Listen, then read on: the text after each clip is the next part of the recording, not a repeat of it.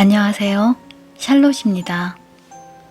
오늘 준비한 소설은 아멜리 노퉁부가 지은 적의 화장법입니다. 이 책은 지금까지 프랑스에서 200만 부 이상 팔리고 전 세계 35개국 언어로 번역되었습니다.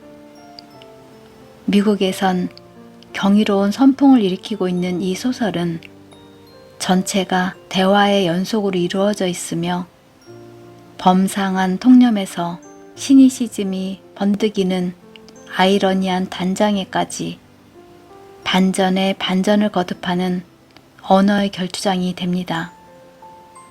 한치의 오차도 없이 차근차근 피해자의 목을 조여오는 가면 쓴 존재가 마침내 그 가면을 벗어 던지는 순간 독자는 아 하는 탄성을 금치 못할 것입니다.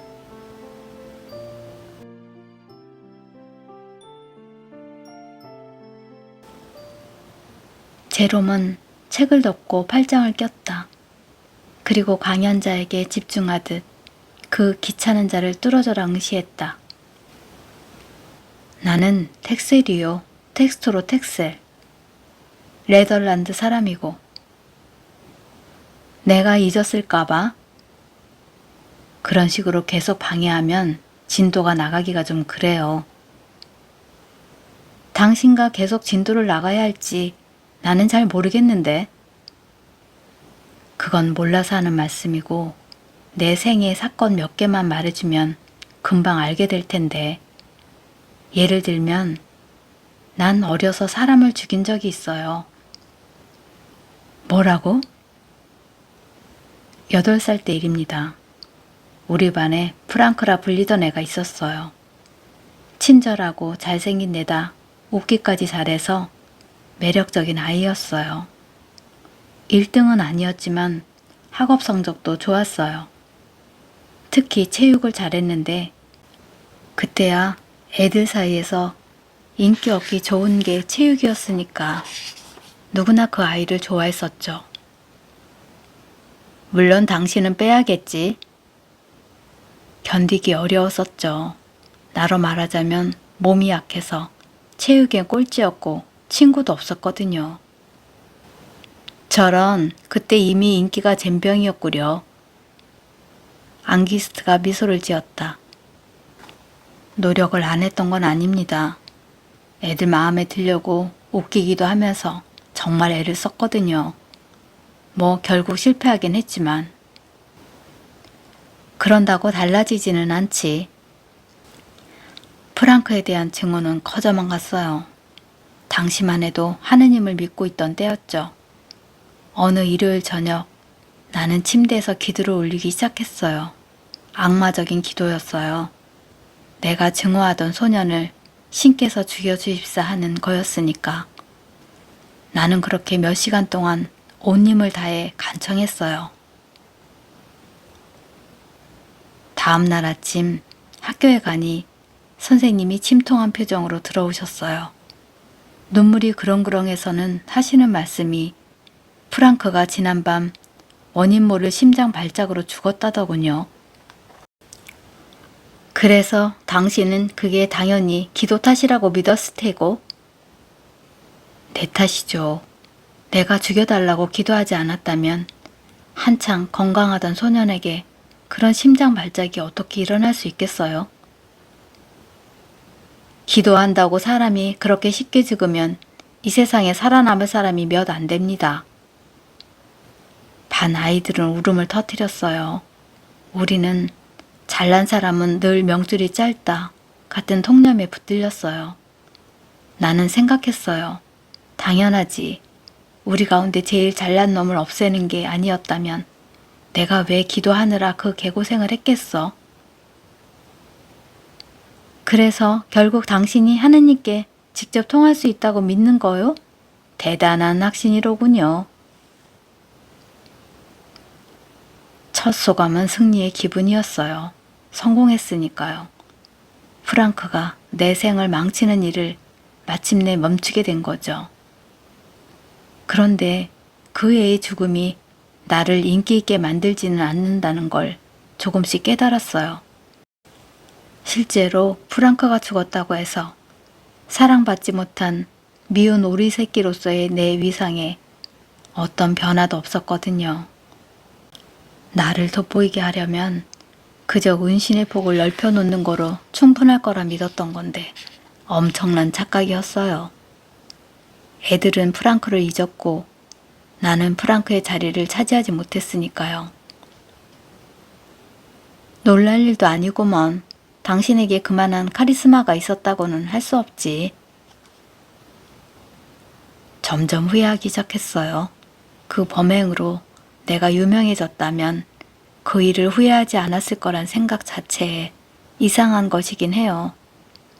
하지만 난 아무것도 얻지 못한 채 공연히 프랑크를 죽였다는 걸 확신하게 되었고 바로 그런 점 때문에 나 자신을 원망했어요. 그래서 그 뒤로 자신의 뉘우침을 앞세워 아무나 귀찮게 하려고 이 공항 저 공항에서 사람들을 붙들고 다짜고짜 말을 거는 거요? 잠깐, 그렇게 단순하진 않아요. 부끄럽긴 했지만 그 때문에 괴로워할 정도는 아니었거든요. 그러면 자신 때문에 그 애가 죽은 게 아니라는 것쯤은 알 정도로 당신이 제정신이란 뜻이요?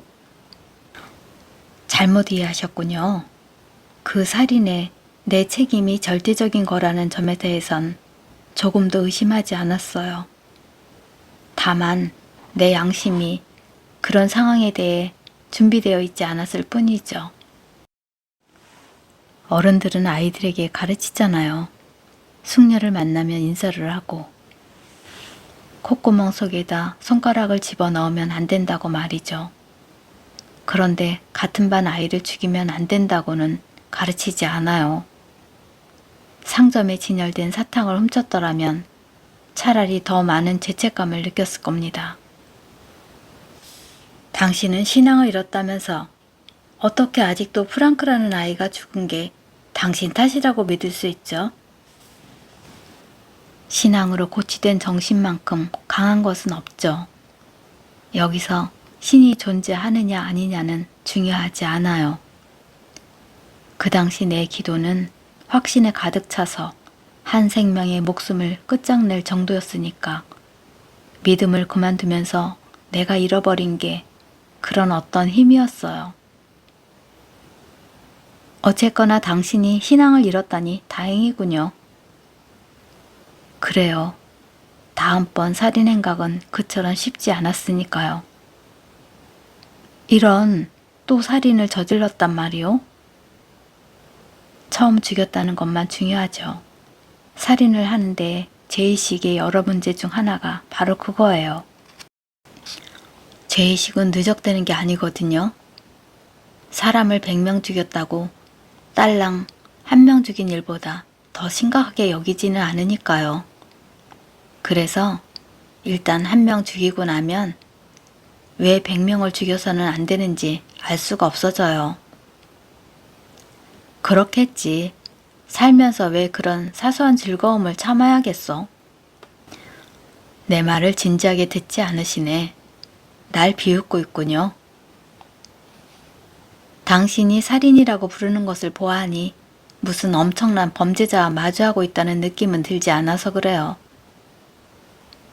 맞습니다. 엄청난 중범죄자는 아니에요. 나는 그저 소소한 살인자일 따름입니다. 분명해서 좋구려. 이건 알아두세요. 나는 딱 2명 죽였을 뿐입니다. 에게 야망을 좀 더 크게 가지셔야겠네. 같은 생각입니다. 좀 더 근사한 뜻을 가지고 태어났었죠.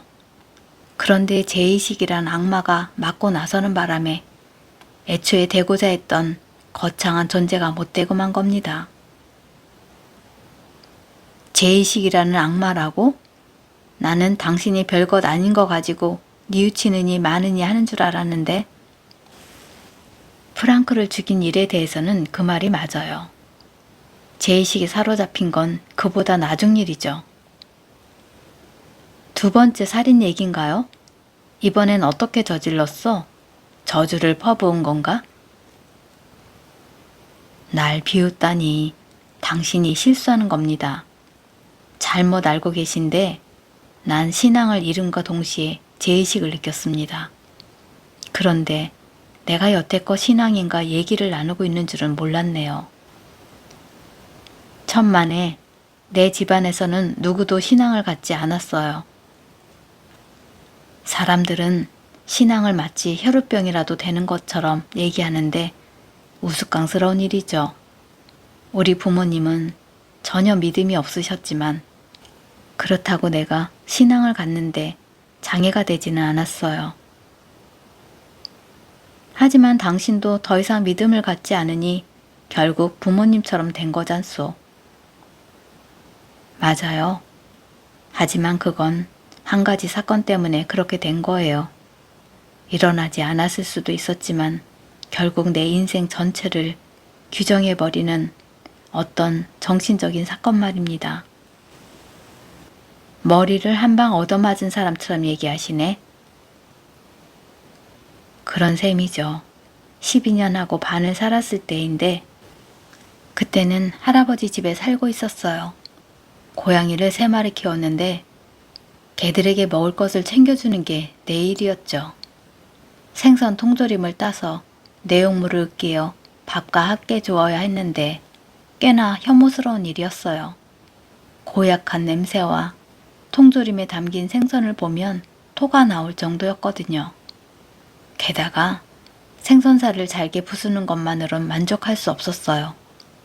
생선살이 밥과 골고루 아주 잘 섞이지 않으면 고양이들이 먹으려 들지 않았으니까. 그래서 직접 손으로 반죽을 잘 섞어야 했어요. 눈을 감아도 소용이 없었습니다. 푹 익은 밥과 으깨진 생선살 반죽을 손으로 만질 때마다 참기 어려울 정도로 고약한 그 덩어리들을 주무르다 보면 난 거의 정신줄을 놓을 지경이었거든요. 거기까진 나도 이해할 수 있겠군요. 몇 년 그 일을 하다가 생각할 수도 없는 사건이 벌어졌어요. 12살이라고 했잖아요. 어느 날 고양이들 주려고 주무르고 있던 반죽에 시선이 갔어요. 토가 확 치밀어 올랐는데 간신히 참았어요. 바로 그때였어요. 이유는 모르겠는데 반죽을 한 움큼 떼내어 입에 쳐놓고는 먹어버린 겁니다. 후아, 그걸 말이라고? 아니요, 정말 아니에요. 그렇게 맛있는 걸 먹어본 적이 없었던 것 같았어요.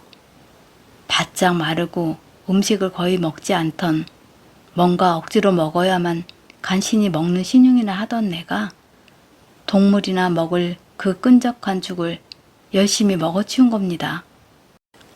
스스로 하는 짓에 기가 막혀 하면서도 나는 생선살 곤죽을 한 움큼씩 떼어내 먹고 또 먹었어요. 그 3마리 고양이가 자기들 양식을 다 먹어치우는 나를 놀란 눈빛으로 지켜보더군요. 그래도 내가 더 기겁했죠. 고양이랑 나 사이에 어떤 차이도 없다는 걸 알았으니까요. 먹으려던 건 내 의지가 아니라 나더러 먹도록 강제하는 어떤 대단한 힘이라는 걸 충분히 느꼈어요. 결과적으로 나는 생선살 한 조각을 남기지 않고 냄비를 깨끗이 비웠어요. 그날 고양이들은 굶어야 했죠. 내 추한 몰락의 유일한 증인이 되었고, 이 얘기도 우습군요. 끔찍한 얘기죠. 그 일로 난 신앙을 잃었으니까요. 이상한 얘기요.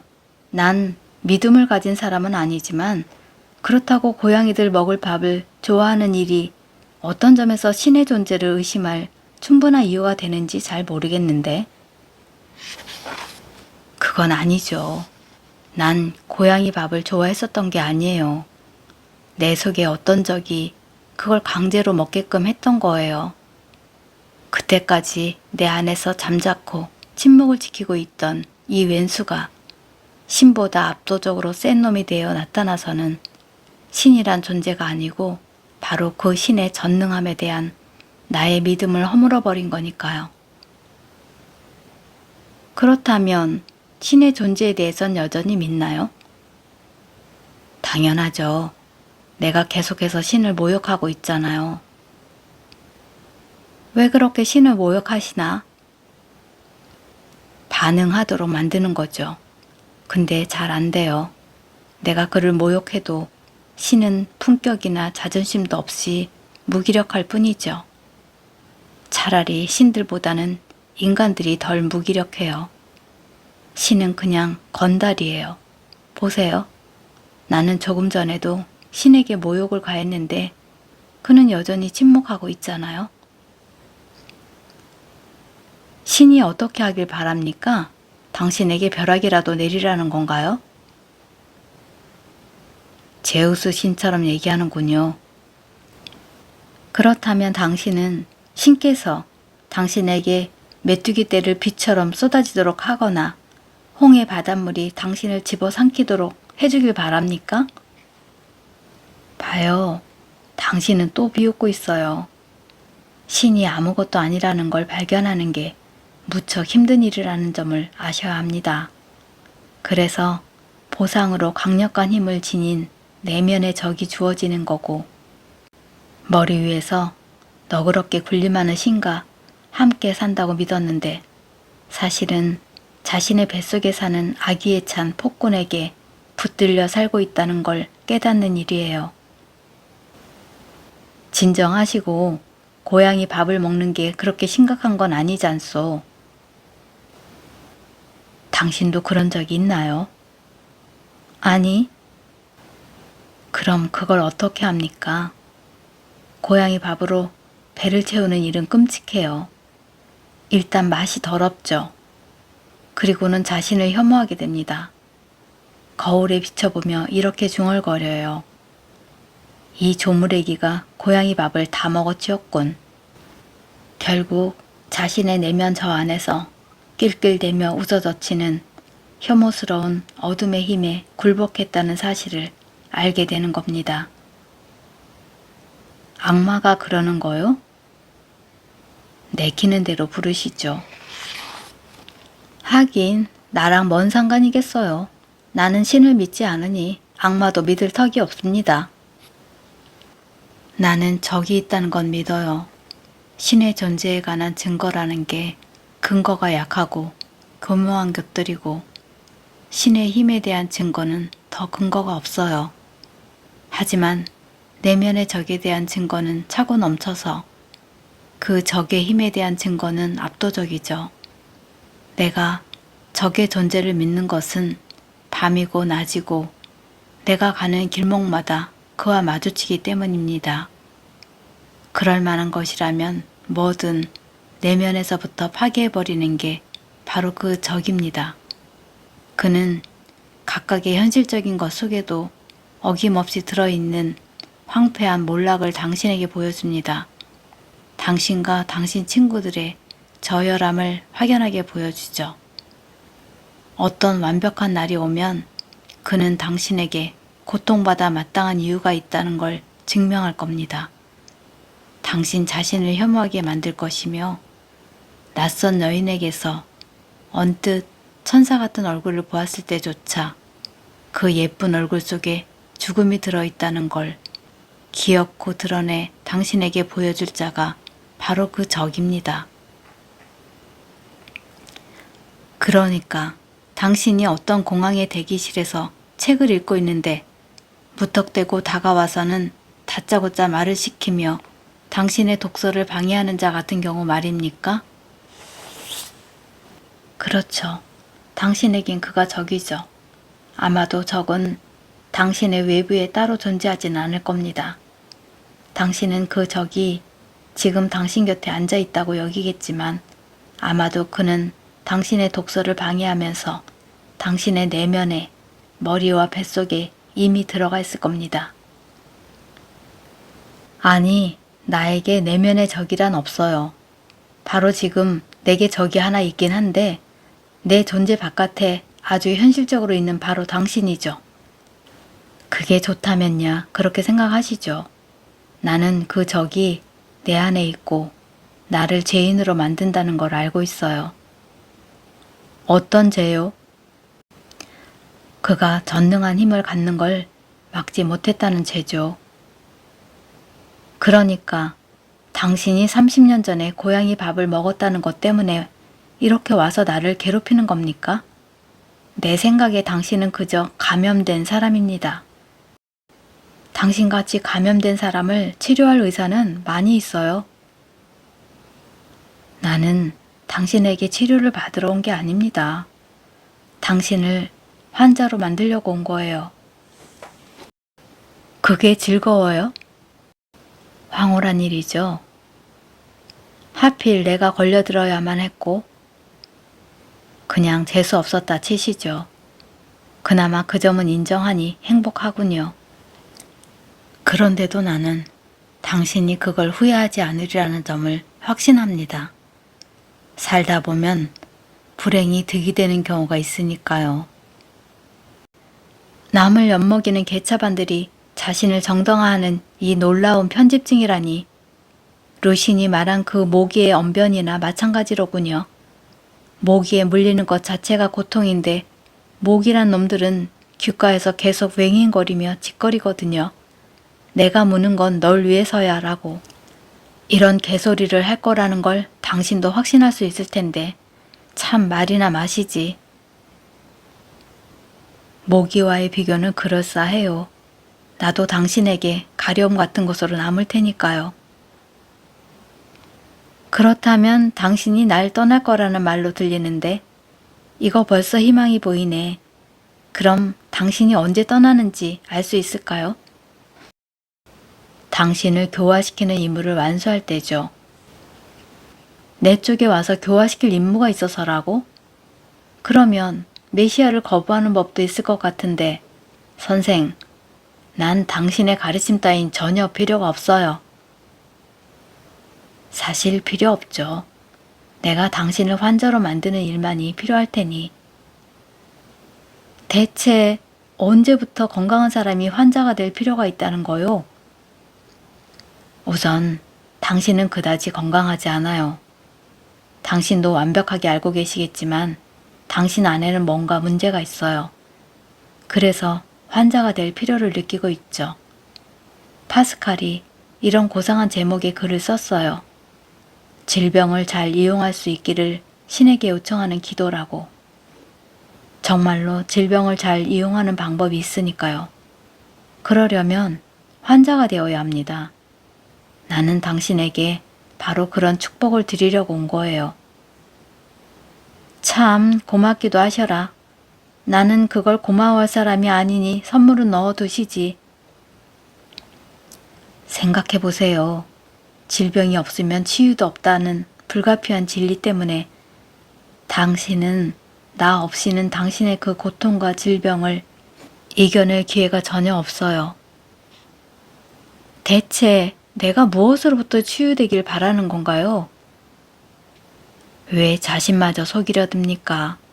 제롬 앙기스트 씨, 당신은 지금 상당히 안 좋아요. 당신이 대체 뭘 한다고 함부로? 엄청 많은 걸 알죠. 정보국의 비밀 요원이라도 되시나? 정보국을 훌쩍 뛰어넘을 아주 비밀스러운 임무를 하고 있죠.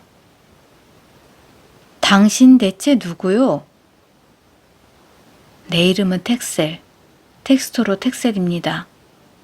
나는 네덜란드 사람입니다. 이런 또다시 시작이군. 제롬 앙기스트는 두 손으로 귀를 막았다.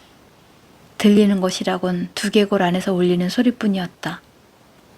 그건 마치 열차가 전혀 지나다니지 않는 순간에 지하철역에서 멀리 희미하게 들려오는 웅웅거림과 같았다. 불쾌한 느낌은 아니었다. 그러는 동안에도 진드기 같은 해방꾼의 입술은 계속 움직이고 있었다. 저런 우둔한 놈 같으니 희생자는 생각했다. 내가 자기 말을 들을 수 없다는 걸 알면서도 짓거리네. 저거 병적으로 떠드는 거잖아. 그런데 마치 자기가 승리자라도 된 것처럼 왜 저리 웃는 거야?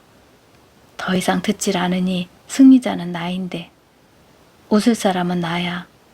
그런데 난 웃지 않고 저자는 계속 웃고 있어. 대체 왜 이래? 그렇게 몇 분이 지났다. 앙기스트는 텍셀이 왜 웃고 있는지 곧 깨달았다. 팔이 아파지기 시작했다. 처음엔 별것 아니었는데 점점 참을 수 없을 지경이 되었다. 제롬은 고통을 느낄 정도로 그렇게 오래 자신의 귀를 막고 있은 적이 결코 없었다. 그런데 고문 기술자는 희생자에게 그런 고통스러운 경련이 차츰 더해지리란 사실을 확실하게 알고 있었다. 이자가 몇 시간 동안이나 허튼 소리로 붙잡고 늘어진 사람이 내가 처음은 아니겠지. 저렇게 즐거워하는 놈의 눈앞에서 두 손으로 귀를 꽉 틀어막고 있는 사람도 내가 처음은 아닐 거고, 저렇게 웃는다는 건 이런 일이 다반사라는 거겠지. 그는 내가 오래 버티지 못할 거란 사실을 알고 있어. 쓰레기 같은 놈. 이 세상엔 정말 이런 변태들이 있군. 몇 분이 더 흐르자 이번에는 어깨가 빠져나갈 것 같은 느낌이 들었다. 너무 아팠다. 그래서 낙담한 그는 마침내 안도하듯 얼굴을 찡그리며 팔을 내렸다. 잘했어요. 네덜란드인이 짧게 말했다. 당신의 희생자들이 늘 이러겠죠? 당신이 첫 희생자라 해도 나는 잘 알고 있을 겁니다. 십자가형에 대해서 들어보셨나요? 그 형벌을 당하는 사람이 왜 고통받고 죽어간다고 믿나요? 손발에 박히는 저 죄 없는 못들 때문에? 아니요. 하늘을 향해 벌린 팔 때문이에요. 아마존의 나무늘보 같은 몇몇 포유류와 달리 인간은 그런 자세를 길게 유지할 수 있도록 만들어지지 않았어요. 팔을 지나치게 오래 높이 들고 있도록 하면 그 사람은 죽고 말 거예요. 그래요. 좀 가장하자면 아주 오래 팔을 들고 매달려 있다 보면 숨이 막혀 죽을 수 있을 때가 오니까요. 당신 같은 사람은 죽지 않겠죠. 하지만 결국 괴롭긴 할 겁니다. 그러니 아셨죠? 당신은 나로부터 벗어날 수 없다는 것을. 우연히 일어나는 일이란 없어요. 당신은 왜 내가 당신의 청각을 괴롭힌다고 생각하십니까? 합법적이기 때문만은 아니겠죠. 무엇보다 청각이 방어하기 가장 허술한 감각의 하나이기 때문입니다. 눈의 시각은 자신을 보호하기 위해 눈꺼풀을 갖고 있어요. 악취의 후각을 피하려면 손으로 코를 쥐어 막는 걸로 충분한데 오래 그런다고 해서 특별히 고통스러운 자세가 아니죠. 맛의 미각에 굴복하지 않으려면 아예 단식을 하거나 소식하며 절제하는 방법이 있는데 역사 이래로 해온 것들이죠. 촉각에 관련해선 아예 법률이 있어요. 당신의 의사를 무시하고 누군가 당신을 만지면 경찰을 부를 수 있어요. 인간이란 종에게는 단 하나의 약한 지점이 있는데 그게 바로 귀의 청각입니다. 틀렸어요. 귀마개가 있어요. 맞아요. 귀마개가 있어요. 인간이 만든 가장 근사한 발명품이죠. 그런데 당신 여행 가방엔 그게 지금 없죠. 안 그래요? 공항에 약국이 하나 있으니 가서 사면 됩니다. 낙한 분일세. 생각해 보세요. 당신에게 오기 전에 내가 거기서 남은 귀마개 전부를 사지 않았겠어요? 우연히 이뤄진 일이라는 게 전혀 없다는 걸 제가 말씀드렸잖아요. 아까 당신이 귀를 막고 있던 동안 제가 무슨 얘기를 했는지 알고 싶으세요? 아니, 별거 아니에요. 다시 말씀드리죠. 인간이란 하나의 성체인데 감각이란 그리로 드나드는 문인 셈이죠. 청각은 거기서 방비가 가장 허술한 문이에요. 당신의 폐인은 바로 거기 있어요.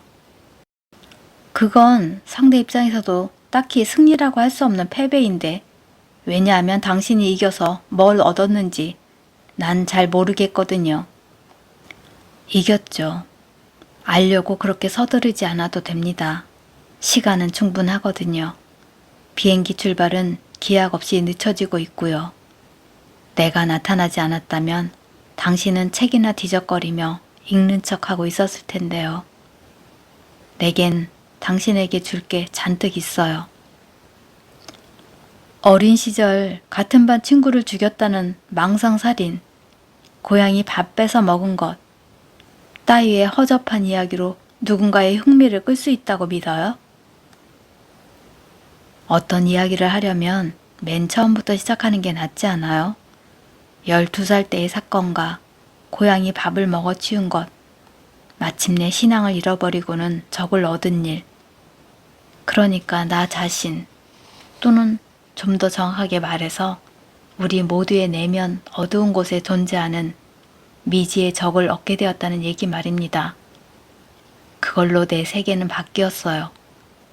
그때까지 난 할아버지 할머니 집에서 조용히 살아가고 있던 낯빛 창백하고 빼빼 마른 고아였어요.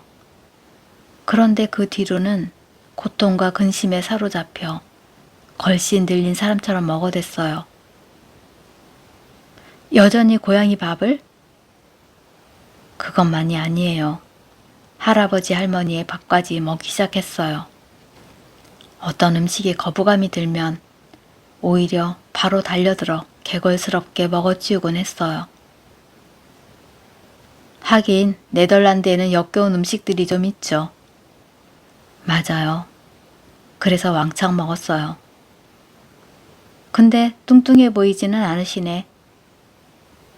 근심하느라 먹은 걸 다 태워버리니까요. 사춘기 이후로 난 달라진 게 없어요. 그때 발견했던 제의식이란 짐을 늘 짊어지고 다녔거든요. 대체 그 제의식이 뭐요? 당신은 제의식에 물든 환자에게 어떤 심각한 동기가 있어야 한다고 생각합니까? 나의 내부의 적은 고양이 밥에 대한 탐닉으로부터 태어났어요. 그게 아니었어도 놈은 다른 핑곗거리들을 찾아낼 수 있었을 겁니다. 죄인이 될 운명에 처한 사람이라도 꼭 비난받을 어떤 이유가 있어야 할 필요는 없어요.